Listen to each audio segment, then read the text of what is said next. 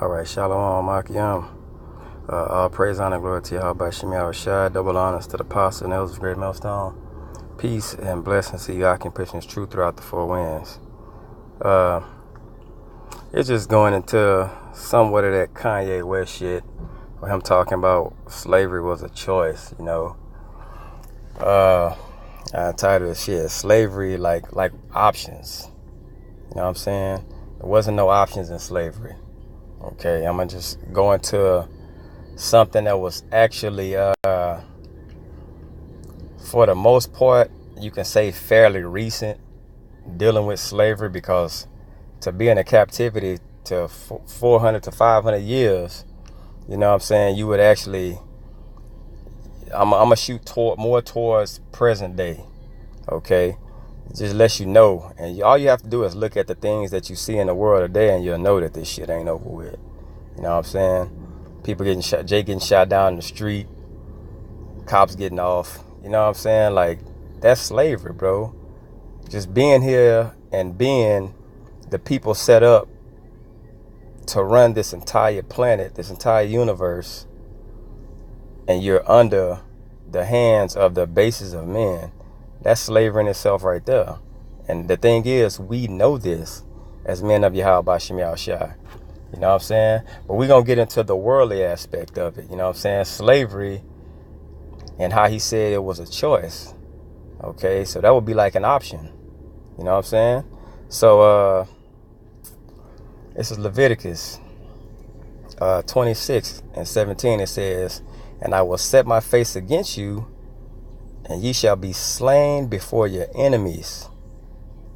They that hate you shall reign over you." That's captivity. That's slavery. Okay, so this was set.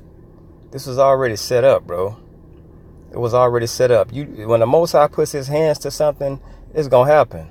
And you have absolutely zero options or choices in this.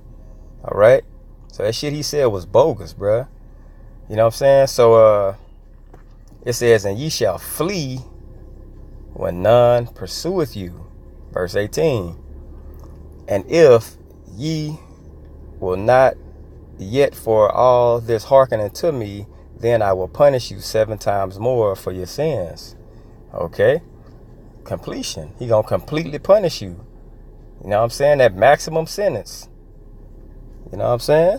So this slavery wasn't an option, bro. It was not an option. It was something that was going to happen for disobedience. You can't go to court and get 15 years and say, well, I'm just going to do 3. It's not an option, bro. Your ass is going to do this whether you like it or not. That's the consequences of being rebellious. Okay? This is Deuteronomy 28 and 32. "Thy sons and thy daughters shall be given into another people, and thine hand shall look." Okay? "And thine eyes shall look." So it's coming from afar off. Imagine the slaves when they were in the cotton fields and they had kids. They knew that their kids was going to have kids, and they knew that this generational thing was going to continue. And that's why it tells you that eyes shall look and fell with longing for them all the day long. Because you have a kid, like if a man, Jake and his old lady have a kid, bro, if you're in the society, if your mind is in the society, you thinking like, man, I want the best things for my kid. You know what I'm saying? You're looking out for their future. But it says right here that we was going to be given into another people. That means you're going to be slaves into another people. And this generational curse was going to be on you. And they were going to look and wonder like, damn, man, I brought a kid into this world. I was forced to bring a kid into this world. And he's going to be a slave, or she's going to be a slave. Okay? So it says, "And there shall be no might in thy hand." So you couldn't do nothing about it. Period. Now I'm going to give you an example. This is a famous picture that brothers use. You know what I'm saying? This guy name was Edward Coy. Check this out. It says on February 20th, 1982 or 1892, Edward Coy A 32-year-old African-American man, first of all, we ain't African-American, but that's another point, was burned at the stake in Texarkana, Miller County, before a crowd of approximately 1,000 people. Okay? A journalist, it says a journalist and prominent anti-lynching crusader from Memphis, Tennessee, described Coy's murder as one of the most shocking and repulsive in history of lynching. Coy, described in press accounts as mulatto, was charged with a crime from which the laws provide adequate punishment. Ed Coy was charged with assaulting Miss Henry Julia Jewell, a white woman. A mob pronounced him guilty, strapped him to a tree, chipped the flesh from his body, poured coal oil over him, and the woman in the case set fire to him.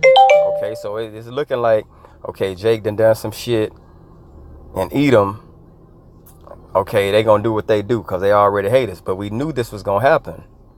You know what I'm saying? And it said back up here, it says, I will punish you 7 times more for your sins. So that lets you know, as time progressed, we got more wicked and more wicked, because when we came over here on those slave ships, we wasn't following the rules of this shit. And then it was letting you know that the times would go by, that it would get wickeder and wickeder, and the punishments would hit harder and harder. Okay? Before that time came to where it's time to get them out of that shit. You know what I'm saying? And they wake up. Okay? So these times came and it got very, very bad. That's 7 times more punishment. You know what I'm saying? People getting hung and burned and shit. Okay, but it says, according to the New York Times, Jewell was attacked and raped by a Negro who visited her house to sell hogs to her husband. The man attacked her when she told him her husband was gone to town. Following the attack, her husband returned and gave the alarm. Men scourged the country and around Texarkana in all directions. 2 suspects were apprehended, but Jewell pronounced them innocent. During the search, it was learned that the suspect being sought was named Ed Coy. Okay, so if he was just okay, that's my bad. I was gonna say, if he was a suspect, but he was gonna sell them hogs, so apparently he knew who he was. It said it was believed that Coy had fled northwards towards Little River County, Arkansas. Another suspect was arrested and brought before Jewell, who pronounced him not the man, although the hat and clothes wore look exactly like those of her assailant.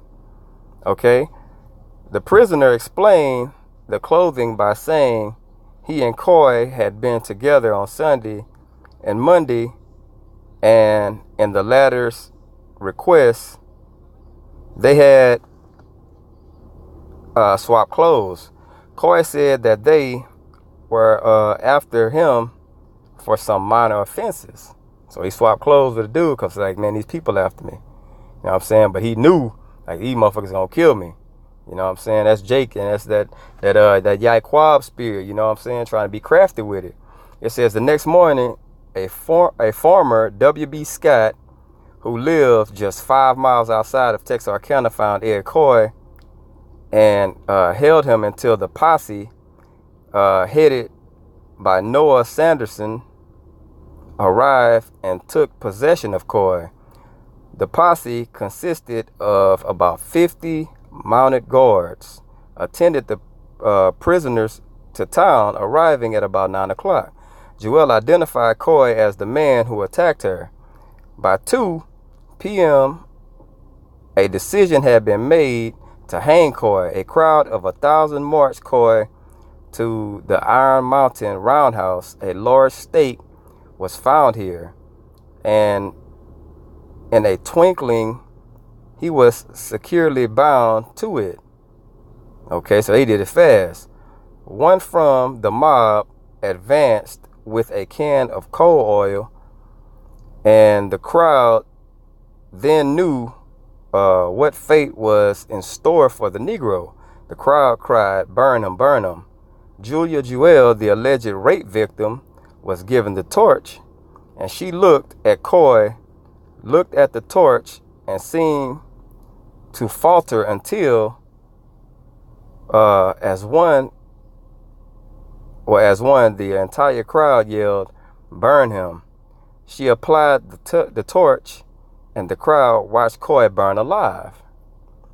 It was reported in a special to the Republic newspaper of Texarkana that Mrs. Henry Jewell was a respectable farmer's wife with a 5-month-old child at the breast. However, an investigation by Judge Albion Weingart Toure, a pioneer civil rights activist, published in a Chicago Inter-Ocean on October 1st, 1892, stated the woman who was paraded as a victim of violence was of bad character.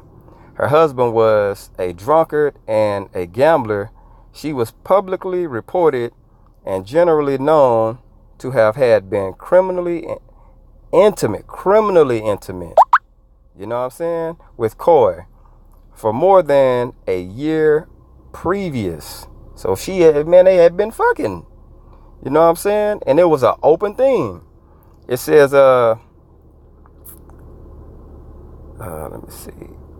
It says, with Coy for more than a year previous, she was compelled by threats, if not by violence, to make the charge against the victim. So they forced her to say this dude raped her. It says, if not by violence, to make the charge against the victim. It is unclear if Toure traveled to Arkansas for his investigation. Indeed, Coy contended right up until his death that he and Jewell were lovers by mutual desire and consent.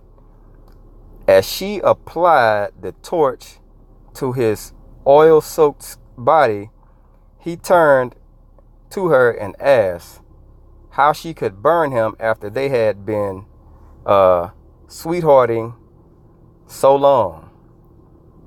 All right, that's all I'm gonna read on that. But that shows you also, man, you can't trust these devils, bruh. You cannot trust these damn devils, bruh. But the point of this video was, why didn't he have an option? Why didn't he have an option? Why was that his choice? To be burned alive? To be hung up to a damn post? Was that his choice? If he had a choice to get down there and get away from that shit, wouldn't he have done that? You know what I'm saying? These niggas is just so fucking gone, bruh. Don't make no sense, bruh. You know? But I hope this was edifying. I want to give all praise, honor, and glory to Yahweh by Shem Yahushua. Double honors to the apostle. That was a great millstone. Peace and salutation to Yahweh and pushing this true shalom.